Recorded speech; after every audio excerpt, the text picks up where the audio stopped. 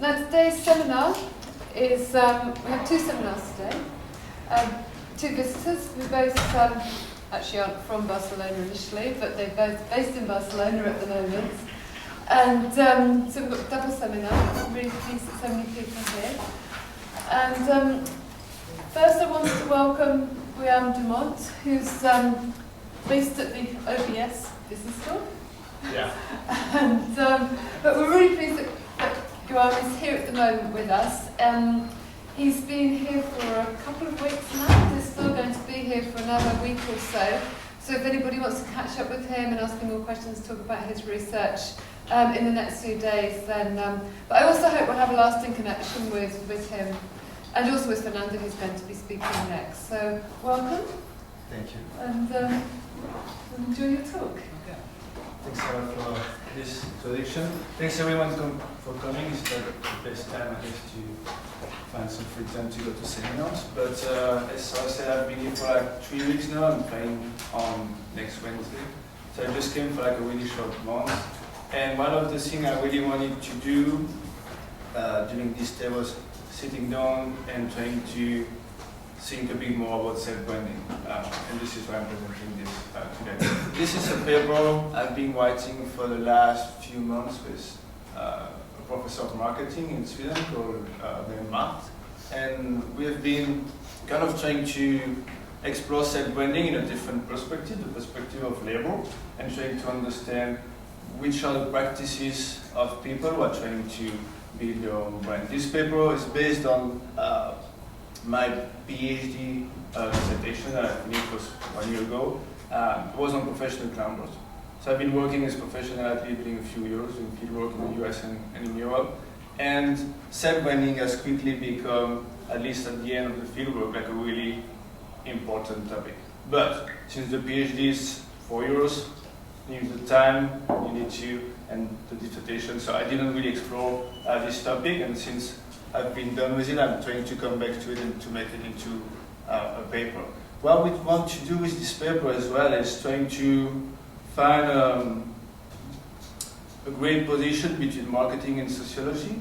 In this kind of tension there is always between marketing and all the different approach to branding. So it's kind of an interdisciplinary paper, but a work in progress. I'm here just to put everything on the table and trying to discuss how this paper could be improved, how this certain aspects are not really useful or are, and just to talk about self-branding together.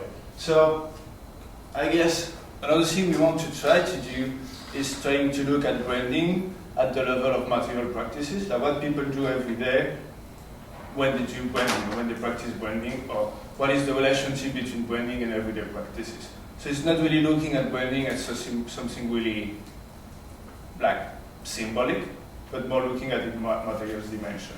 So self-branding, I guess everyone knows, everyone has been like listening stuff about self-branding, which is basically you trying to promote yourself, building your self-brand. So self-branding has been really famous in the last 2 decades. It's something you really need to do if you want to get a job on the labor market, or at least to get a better job. Self-branding has been also understood as the exploitation of the self, like the penetration of neoliberalism in every single aspect of the everyday lives. So obviously self-branding is, at least for us, something in between, right? And we are trying to look at how this kind of operates in people work and life. The question of what is self-branding is interesting because, I mean, we're asking first, what is self-branding? What does it mean? Does everyone really engage in self-branding or not? Does anyone who uses social media is engaging in self-branding? Is self-branding a sort of labor? I guess if you read the title, and we said yes, at least for us, it's a form of labor. And what are the different characteristics of this labor? Can you, yeah. So again, we start, or at least the paper start on this understanding and self-branding as a form of labor, which come from communication study, like critical communication studies. The idea is that self-branding is you are going to promote yourself, you're going to apply some marketing principle to yourself. Typical example is LinkedIn. This is the LinkedIn profile from professional work climber in the US. So most of those research on self-branding, at least in communication and in marketing, they're really focused on the individual. Or you alone, with your phone, with your computer, with your Facebook, with your Instagram, are going to promote yourself. If we come back to branding, most of those research on branding have been showing that branding is like a really social thing. It's like something that different people do together, different people work together to produce some brand. So the question of this paper is, how can we understand self-branding as something that individual, you alone with your phone, your computer, the social network, when branding has been such a social process? That leads us to ask two questions. If branding is social, who are the different people involved in branding or in self-branding, and all those people are going to cooperate together to produce a self-brand? Those are like the two questions we want to discuss in this paper. Questions? Yeah. So, as I said, I've been doing fieldwork with professional rock climbers. Can you, yeah, just wait a sec. I've been doing this fieldwork in Europe and in the US. It was between 2011 and 2014. So I've been going climbing with climbers, going to climbing gym, spending time in the movie presentation, different events, doing some interview. And I just wanted to show you, this is like a 2-minute trailer from a climbing movie that was being released was 2 weeks ago, by one of my main informants, one of these American climbers I've been working with when I was in the West. So the movie is just to give you a really quick idea about which kind of climbing we're talking about. So you will see it's not about big mountains and snow, and which kind of setting or which kind of fieldwork I've been doing as well. Right, so it's really quick, just to give you an idea and then to drive you to the plane.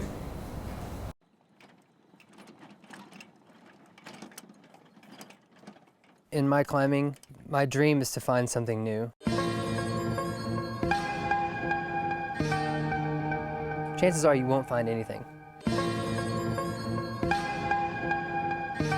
But you might, you know what I mean? And what if you do? Yeah, I don't want to, miss that opportunity.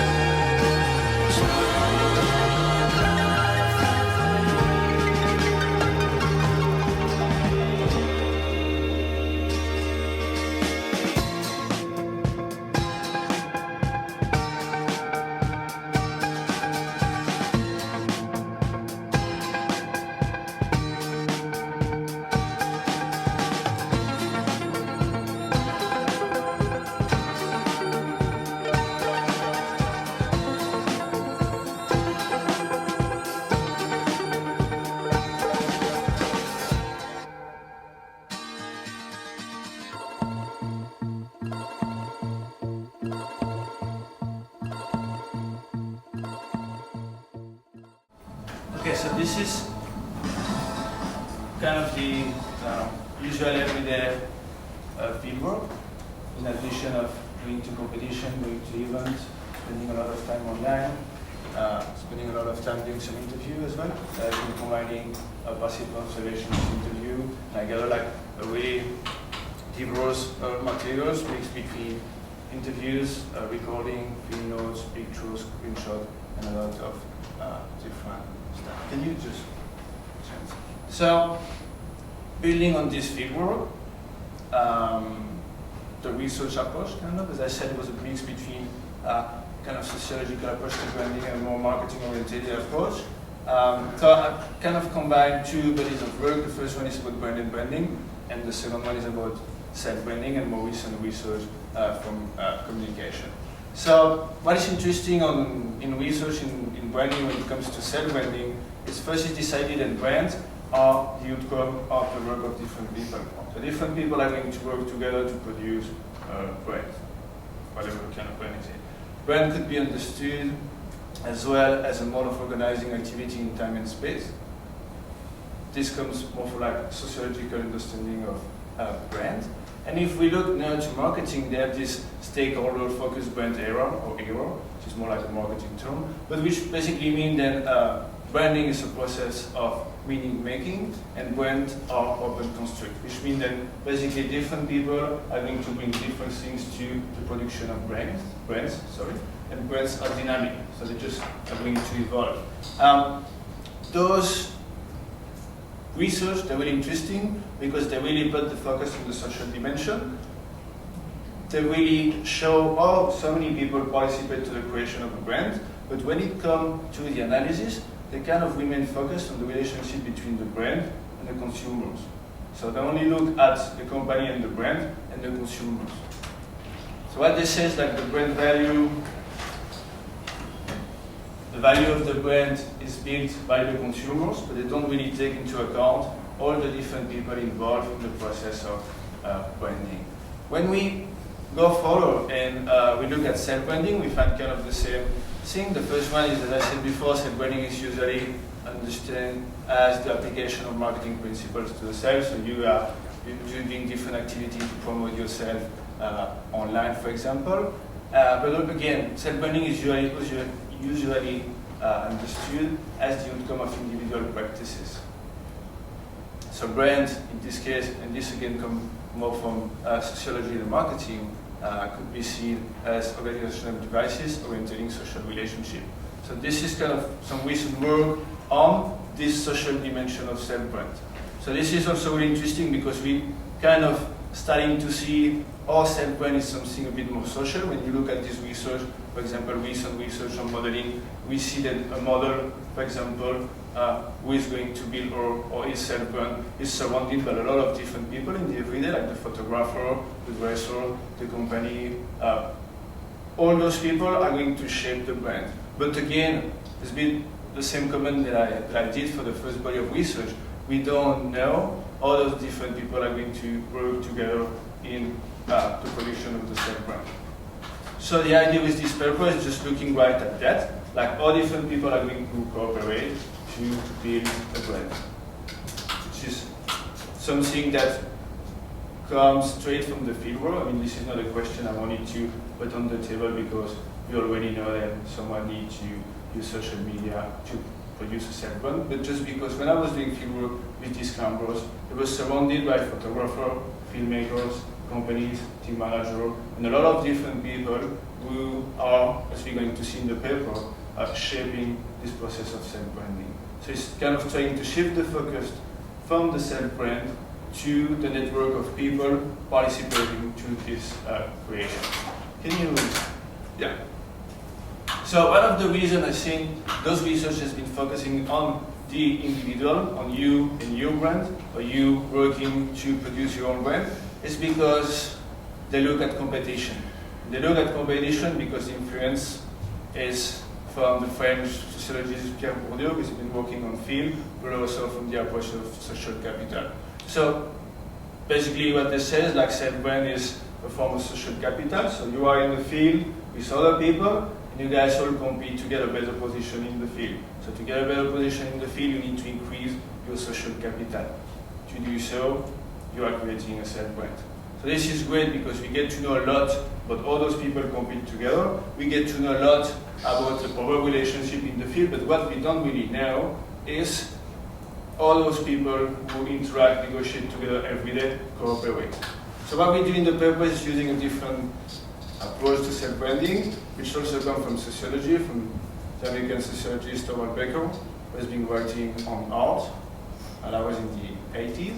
But Baker was interested in understanding like how do people produce art. So instead of looking at the artist, like the one which is supposed to be the main responsible of art, he was looking at like the different people participating in the production. So instead of looking at the painter, he was looking at the painter and like the gallery owners, basically everyone who was in the world of art.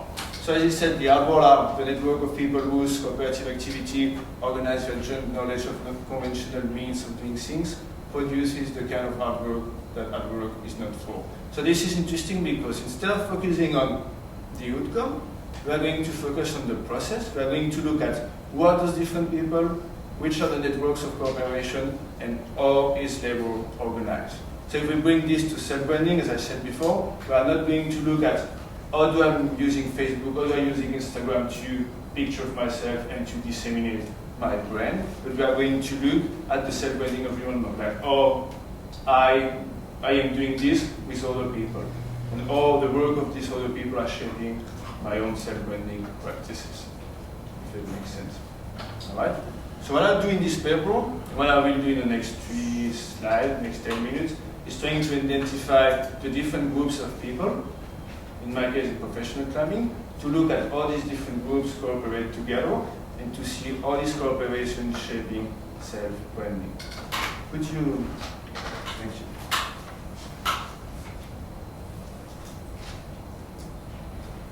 First groups are the climbing companies.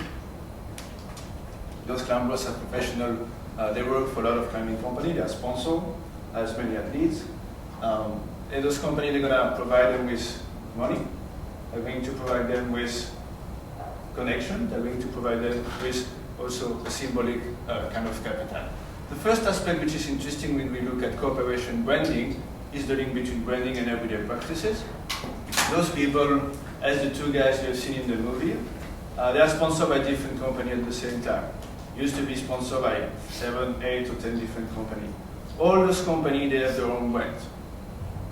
And they all have their own branding strategy, which means it's basically one athlete like Paul, who was the guy in the movie, is dealing with his own self-branding practices, but also with the 8, 9, 10 branding strategy of this company, which means that Paul and any other professional climber is going to be located in a complex branding environment, which basically means that they need to deal and to negotiate with different branding strategy. So the quote is from an American climber. We were doing an interview after he did a famous climb in the US. It was like a year and a half ago, and he had like a really international collection. And just explaining that he has this classic role as an athlete, which is being used as a marketing material, as a brand ambassador, appearing at events, signing poster, and all the stuff. But he's also helping out with the development of the team, the marketing strategy, event development and partnerships. So basically what we see there is just this guy is a brand ambassador, is doing a bunch of different stuff. He's doing a bunch of different activities who are going to be shaped by the branding strategy of his employers. So for example, Adidas, who has like specific branding strategy, are going to ask this guy to do specific activity. So if we come back to self-branding, and we know that self-branding is going to build on what you do in your everyday life, for example, like the type of climbing you're going to do, if you're doing competition, if you're not going to do competition, there is like a really close connection between who is your sponsor and the way you're going to present yourself. Yeah. The second aspect, which is, I don't know if it's unique, obviously it's not unique, but if it's really specific to climbing, is the level of formalization of self-branding. So let's take, for example, the model, for example.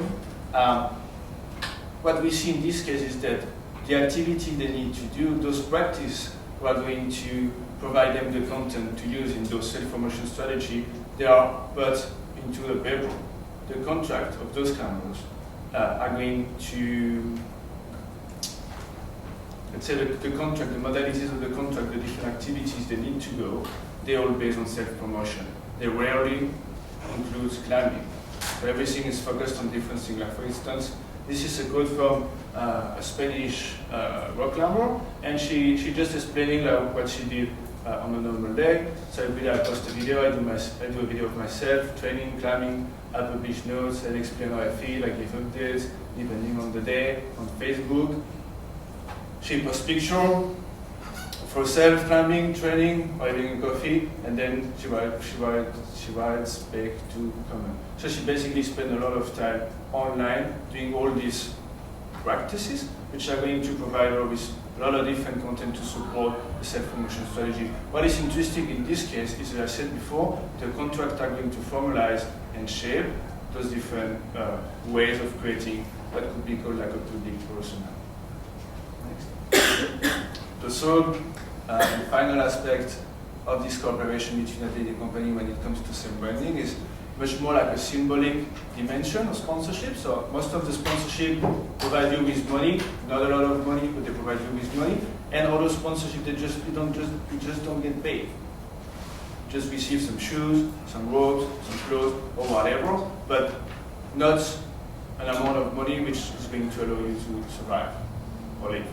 So what is interesting there is that if you want to be a professional climber, if you want to promote yourself as a professional, you really need to have sponsors. So being sponsored, whether you pay or not, is going to be essential, is going to be needed in order to promote yourself as a professional, in order to build your own brand as a professional climber.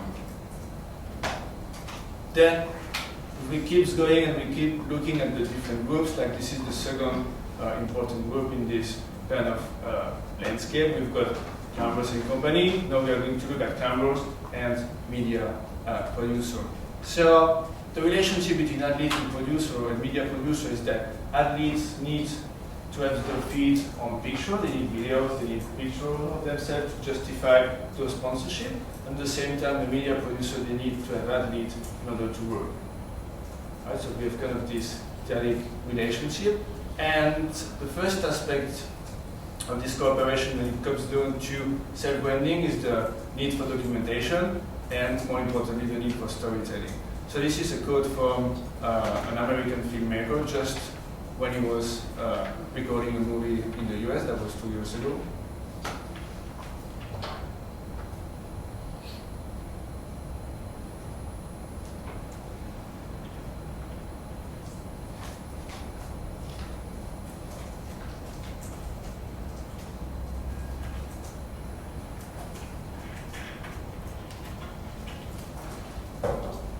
So what is fundamental when we look at cooperation between climbers and media producers is not only the need to have content, but it's the need to create something, to create a story and to create uniqueness, to produce something different than others in order to stand out. So in this self-promotion bubble, the way they cooperate is they bring them content, but they don't also help them to build this story or build this public persona. Can you? Yeah. The second aspect, and then we're just coming back to something we've seen before. And I was talking about the branding strategy of the company and the branding strategy or the self-branding strategy of the athlete. So we still have this need to build coherency between the different brands, my own brand and the brand of my different sponsor. And this is going to be something really visual. This is going to be something that you could, that you're trying to translate into pictures and into videos. So for example, the left picture is an advertisement, an ad from Adidas, basically. And Adidas has been focusing on the athletic dimension of the sport, of pushing the limits as an athlete. On the right side, you've got a picture of also a really famous company named Patagonia. And Patagonia has been much more focused on a different thing, which is the outdoors, sustainability, for example. So when at the beginning Adidas was based on competition and on the athletic dimension of the sport, Patagonia was already based on the outdoors, going outside, the adventure of going climbing, which are two different regions. This is interesting and this is essential to see because those two branding strategies are going to shape what you're going to do in your everyday. So if I sponsored by Adidas, I'm not going to do the same type of climbing with someone sponsored by Patagonia. And obviously the way I'm going to promote myself and to try to be valuable and attractive for those companies are going to be different. The last and final aspect of this cooperation between athlete and media producer are the connection. The basic idea that they provide them with a lot of network, a lot of contact with influential people, and also they increase the value of the self-brand because of what is called like the transfer of reputation, where if you work with someone famous, you are much likely to get a bit of his or her reputation added to your own reputation. So the same idea for self-branding. This is just an illustration quote from Swiss or French, I don't remember well, sport climber, and she explained that there are always 4 or 5 photographers, sometimes in France, sometimes in Spain, sometimes in the US, because they all have their own network of contact, which is fundamental when you need to disseminate this content to get access to magazine, to website, etc., but also to expand your own contact and to get this kind of transfer of reputation. The third and final group are what I call the followers. I didn't really find a really great term to describe the mass of climbing participant or the fan, or I mean, I didn't really find a better term than followers. Were basically those people, including sometimes companies members, including photographers, who are following and participating and dialoguing with those climbers. They invest a lot of meaning in the self-brand of this athlete, and this is kind of like the main feature of the cooperation. So the first aspect is this idea of dialogue. There are a lot of dialogues between those athletes and those followers. This is a basic example from Facebook of a climber who published a movie just like 2 weeks ago, and who just has been the 16th of February, it was like 10 days ago, who has been like writing back to fans, addressing the question, trying to build this kind of dialogical relationship with them on Facebook, which is something that 2 or 3 years ago was not that common in the way they were using social media. You also have a lot of dialogue offline, because those people you also meet offline when you go climbing, when you go to the gym, etc. And this is aiming to build this personal intimacy. I guess it's Bristol who suggests this idea of building like an intimacy with the public persona to increase the connectedness of the engagement with the self-brands. Can you move to the next? So the second aspect, this is an Instagram screenshot from 2 weeks ago, 3 weeks ago. I've been just doing this American thing from an American fashion climber. We just published this picture, and we've got a bunch of comments. It was surprising. The first 2 comments are just from guys saying, Daniel, with the name of the climber, you should just stay out of politics, get your shit together, and don't publish on this topic, unfollow. And the third one is about a climber who's just supporting Daniel, saying, yeah, dude, you should keep it up, dude, etc., etc. So what I want to show with this is that those dialogues, those interactions, they're providing those climbers with a bunch of information. They're providing them with a lot of information about how do people react, how do people perceive, how do people experience the thing they publish and the way they promote themselves. All this information is going to be reintegrated, like they're going to use it to shape the way they're going to promote themselves, to shape the way they're going to act with followers, for example. And the last and final aspect of the cooperation between athletes and followers are this idea. I mean, it's not an idea, since those relationships have become commodities for those climbers. They are being quantified, like the number of likes, the number of followers, the number of posts on Facebook, the number of visits on the website, and they are kind of made tangible in the sense that they are integrated, they are included in the sponsorship contract. So basically, if you are able to increase the number of likes, if you are able to increase the number of followers, or if you are able to increase the number of visits on your website, you are just going to increase the salary. And this is in the contract. So it's kind of different ways to see relationship between athletes and followers, and to look at it when it comes to self-branding. So self-branding is imbricated in this contractual relationship there with company, and also with media producer and followers. So this is the last slide. What I'm trying to do in this paper, to be brief, is to not to look at how they use social media to promote themselves, but how they do this in cooperation with other people. And I understand cooperation not as something that I want to cooperate with you and you want to cooperate with me, like a more like a wider understanding of cooperation, which lead to suggest kind of that self-branding is a labor process based on the organized cooperation between different groups of people, providing different kind of resources. We've seen that it's not only about economics, it's a lot about the social, it's a lot about the symbolic, and which are required by the brand building and the value creation. So what is kind of different with this paper is that we know that the value of a self-brand is based on the social, like the consumers or whatever, or the followers are going to provide the self-brand with value. But what we're looking at is like all these other people, all these other stakeholders are going to take an active participation in the process of brand building, which is understood as a process, not something like I build the brand and this is the brand, but something which is going to evolve. So we're basically saying that they help in building the brand, developing the brand, and creating value. So just a few highlights. Self-branding is inextricable from those networks of cooperation. Those networks, obviously, they involve different people, but importantly, they involve different groups of people, which have different roles, and which are going to have different level of participation.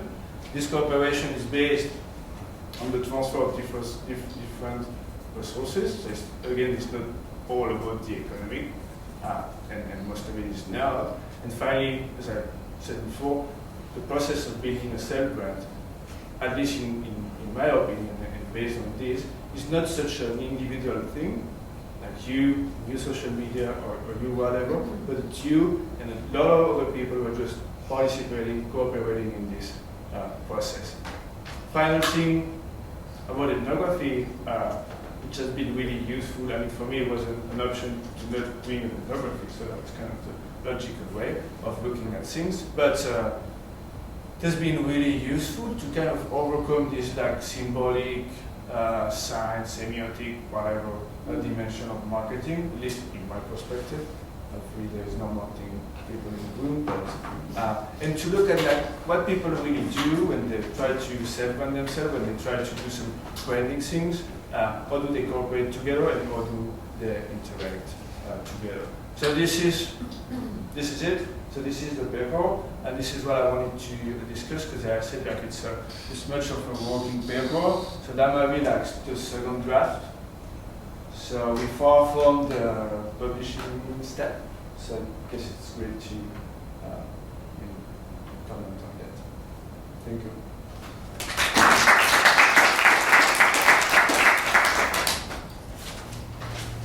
I have a question. Yeah. I think I need to check questions. So as I was watching this, it seemed that that you've got this kind of assemblage of different sort of factors that are going into what makes up a self-brand. But I almost wondered if the notion of a self-brand, as you talked about it, is almost too fixed, because it seems like this sort of self-brand, it's not like it kind of emerges, right, from this constellation of different actors who have different interests and might pull it in different directions. And so it's not this kind of fixed destination that the athlete or the media producer or the company is trying to get to, but rather it's something that emerges as a result of the combined efforts of all these kind of different interests. So I wondered if that means that well, first of all, if you think that might work, if you think that might be the case, that it's emergent and kind of mutable, flexible. Yeah. But also if that means that the constant curation and shaping and kind of nudging, sort of pushing in different directions. Are these self-brands kind of constantly evolving and sort of changing? And can we think of them as actually quite dynamic? So it's not like it's a fixed point that you get to and then you've figured it out, but rather it's always being kind of moved around by these different forces and always sort of changing and responding. So exactly as you showed in that slide with the followers about the political, commentary of that climate, does the that presumably nudges or shifts or moves that athlete's sort of sense of themselves as a brand, perhaps in different directions. So I just wonder if you could, right, so the question is, can you speak to the dynamism of these brands and the degree to which the assemblage of factors that you've identified contributes to that dynamism? Yeah, I guess it's all about finding a balance between the dynamism and the stability, because there need to be something stable to build this uniqueness, or this distinction between different people and to stand out. But at the same time, as you said, and it's been shown for a while now, there is this dynamism that brands need to adapt or to evolve, etc., etc. What is interesting there is as you said again, there's those different factors we're going to share the brand and the brand production. One is the fact that if they change sponsor, for example, they're going to do this kind of reorientation of the self-branding strategy when they're getting older as well. As you know, it's a really short, we call it lifespan, time span. You're not going to be a professional down forever. Yeah. And this is a really short period of time. What is interesting to see right now is people who started 10 years ago, is the way they presented themselves in 2010, the way they do it right now, the way they're trying to evolve. And you can see the change. You can see this shift in the way you come from one of the best climbers in the world to kind of a retired climber, acting like a father, giving tips to younger climbers and this kind of stuff. So yes, it's something flexible. Yes, it's something natural. And to come back to the really first thing that you said is this. Self-brand as a constellation. Is it self-brand like the really way to look at it or to talk about it? What I'm struggling with is to clearly establish the difference between self-brand and reputation. In the sense that I've been working on reputation. If you ask me right now what is the difference between the two, I will just struggle to put something on the table, honestly. Because at the end I don't really know, and yet the term self-branding is still appropriate. Because it has been, the idea with this paper was also to sit down and to be like, we're just talking about self-branding, but what does it mean? What's the difference between self-branding and branding and reputation? Is there any different? So, yeah, I don't know if it makes sense to respond to your question, but it is definitely something that we consider as dynamic, as an assemblage, as Guillaume already said, of different things together. And which is you can see this evolving constantly with a right balance between stability to make sense and dynamism to adapt to this transformation. So we've got a few people keen to ask questions now. Yeah. 1, 2, anybody else? 3? Who was first? Oh, who was first? Be honest. Alistair was first. Probably. John, then Alistair, then Jan, then. Very quick one about Becca. You said you didn't want to do a competition model of this world.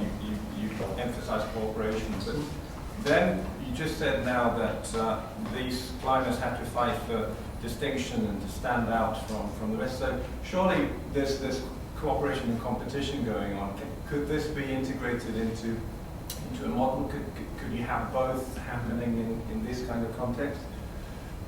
Yeah, the idea was suggesting Beko was not saying we should use Beko and not the field of the social capital. It was more a thing to say that this is great because we can look at competition and power relationship, and if we combine this with the work of the social world theory, for example, we can set competition and cooperation, which is kind of an attempt to combine the two, as you said, but we're not really there yet, because the paper has been, at least my opinion, maybe too much focus on cooperation, which is the critique I do to those people. You can just forget cooperation. I'm kind of doing the same thing, just leaving away competition in the paper. I didn't find the right balance between mixing the two yet. If it makes sense. So I guess my question, and you kind of touched on it when you mentioned that some of the older climbers, as they're retiring, they're still kind of participating in the process. What role, what influence does athletic performance have in that assemblage of self-branding? You know, can you get people who are not performing so well, but are up-and-comers, but they're really good at self-branding and selling themselves, versus people who might be at the top of their game or kind of competing? I mean, I don't know how many people are competing in this space for to get their brand above others or whatever, but what role does their actual athletic performance play in that, if it can actually be tied into it? Yeah, obviously. I mean, this main thing going on is that when I started doing this, I didn't know a lot of professional climbers. I was expecting a professional climber, a professional athlete to be among the best in the world in the discipline. And then it's not really like this. I mean, some of those climbers, I don't know if you missed. The first screenshot I showed was from a LinkedIn profile. It's like a blonde girl from the US. She's named Sarah Blackburn. And she has like a really low athletic level. Yeah. If you compare this girl to some of the best girls in the world, for example. But She's making a bunch of money. Yeah. And if you look at the different skills she put on the LinkedIn profile, there was like, I'm able to use social media, I'm able to be like a group of followers, I'm able to promote myself and even promotion. I mean, she does a lot of different stuff which are not directly related to the athletic dimension of the sport. In the contract, and this is what I tried to emphasize or highlight when I was talking about showing the code about like all those different activities you do every day, was that climbing is just like a really small part of that. So the athletic dimension is, in my sense, much needed if you want to access to this level market. But once you've got into this level market, you need to maintain your level. But if you want to increase your sponsorship, increase your value for this company, you better have all the skills. This has been clear in my research. The skills have to then perform if you want to get the high level sponsorship. You have to perform athletically to maintain a high level. You need to maintain your athletic level, and you need to develop this promotion and visibility and to maintain your presence in the sport. You need to go, obviously, like you need to get a bigger visibility and to maintain your athletic skill. So you're not really evaluated on your athletic skills. So if you take a contract, for example, there is no mention to you should do this kind of this competition, do whatever. No, it's like you should have like that many followers, you should get that many likes, you should have how many visits on your website per year. It's really specific about. Yeah, at least the people I've been working with, that was the majority of those. Then there's like a few cases of really strong climbers, which are kind of like up to that, which are not really affected by this. This is like 2 or 3. We're talking about like 40 people.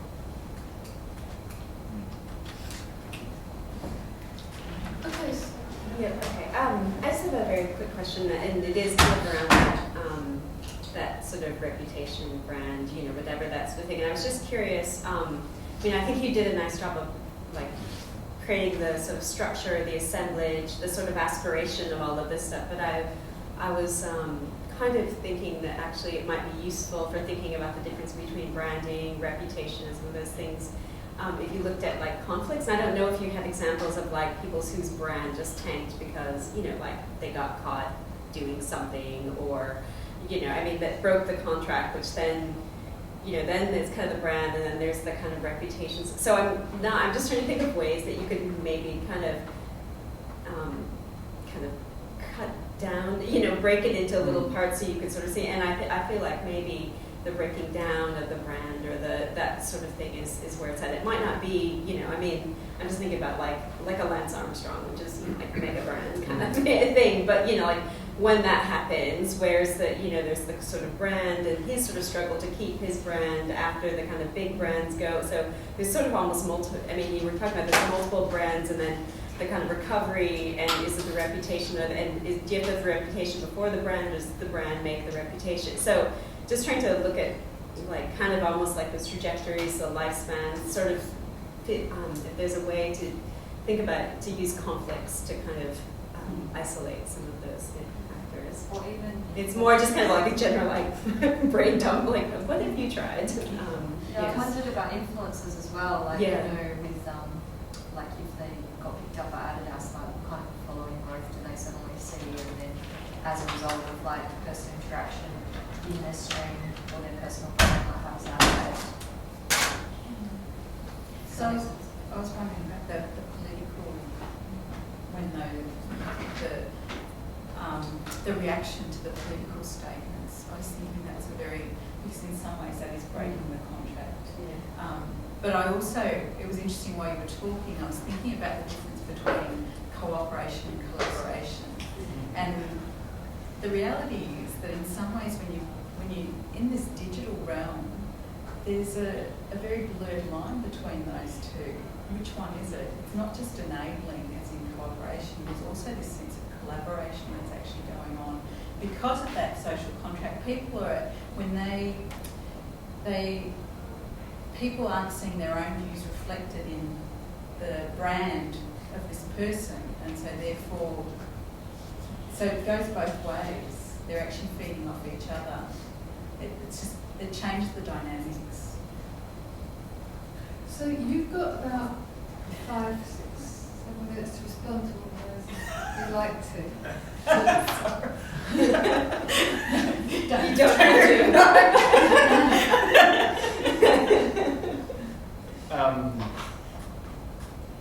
Okay, thank you.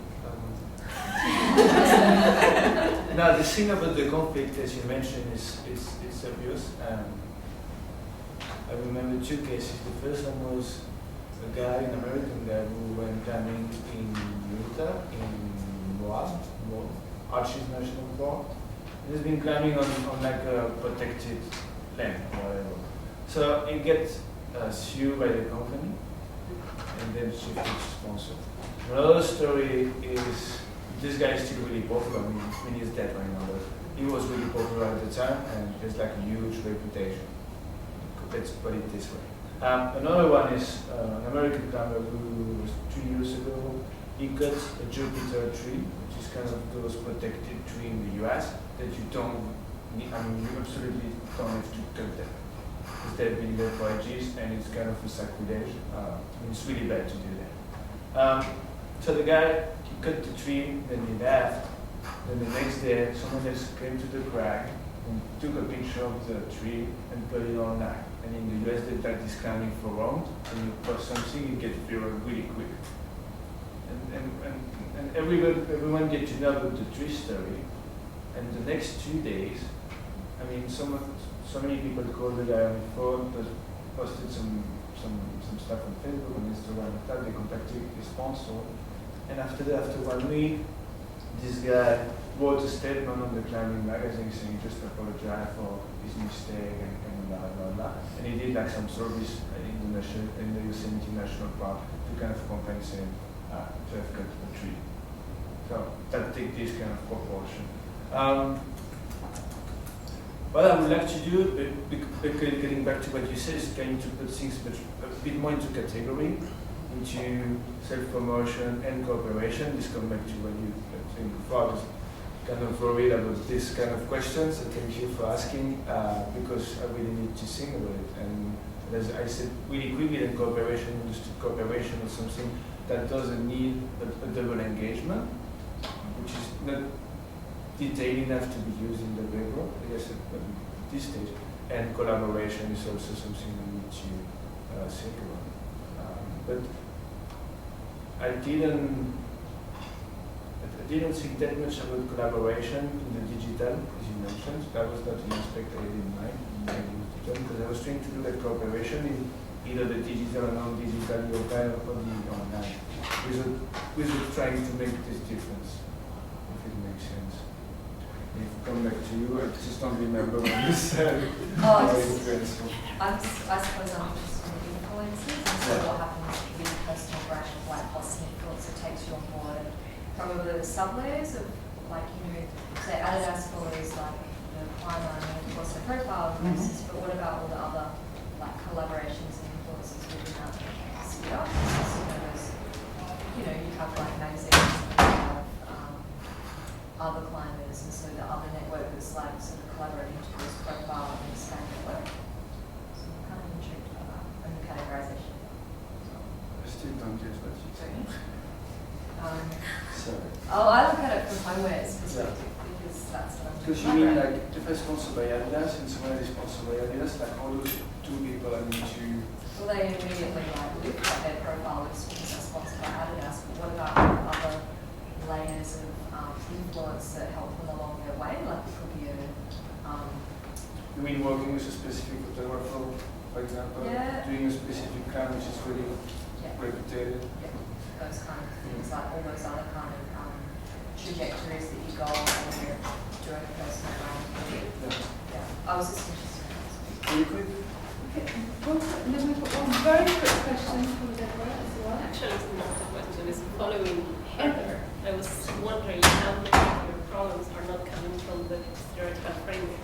Because why individual is not social? I mean, following Sennett and Paul theory and cooperation, I mean, and also Marwick, you know, individual and cooperation goes together. It's the sense that you're analytical units. I mean, social commodities could be seen from an individual theoretical theory or cooperation of theory. So now what I'm seeing in the presentation, I mean, I know your work, but not this specific paper, is, and as Heather and you, I don't know your name, they were like highlighting something connected with that is, ethnographically you have a complex world to represent that maybe is more than self-branding. So you're taking these categories coming from a very, very close and narrow framework, and you're picking up things from your ethnography to, you know, say, okay, here is also cooperation. But then I think you could do a lot more, saying, you know, this is not the way that you can understand that. Maybe the problem is not between self-branding, reputation, cooperation, and that kind of categories that are coming from this, in my opinion, very bad literature. And then, yeah, because you have plenty of authors, including in sociology, discussing this differently. So maybe you have to discuss first theoretically against this self-branding, this very narrow self-branding thing. Very narrow self-branding. Discussing it in a theoretical way first, including other authors that are thinking differently the relationship between social assets, reciprocity, commodities, self-branding, individual, you know, all the categories that you put first. I mean, I'm thinking of very, very classic things like Sennett. I mean, not very classic because it's 2 years ago, the book, but Sennett is really erasing all this thing about cooperation is the opposite to individual strategies, and including Marwick. And then, in my opinion, your ethnography has a lot to do with amplify this theoretical lens. Okay. I was actually going to add something to what Deborah has been saying as well, because I think that there have been interesting discussions of reputation, I guess before discussions of branding necessarily started to be so central as well in different fields. And I think that there's also a sense in which reputation is kind of culturally embedded in ways that are not necessarily to do with branding. Which might be useful to think at and look about and think about how people constitute their reputations in different kinds of cultural and social contexts, and what the kind of principles and things that can pin on. And think about that as something that might be different from branding, but it might also now be related to branding in ways that make those things completely inextricable. So maybe there's a new context or an emerging context where there are growing different relationships between what might be branding, what might be reputation. But yeah, if you want to respond, there's like 1 minute to respond, and we'll get the next presentation set up. Okay, cool. So, back to your question first. What has been, the common understanding of this reputation and self-branding thing recently has been that self-branding is supporting reputation building. So the question is that I don't think that everyone is engaging in self-branding, but I think there are more people having reputation in self-branding. Makes sense. Yeah.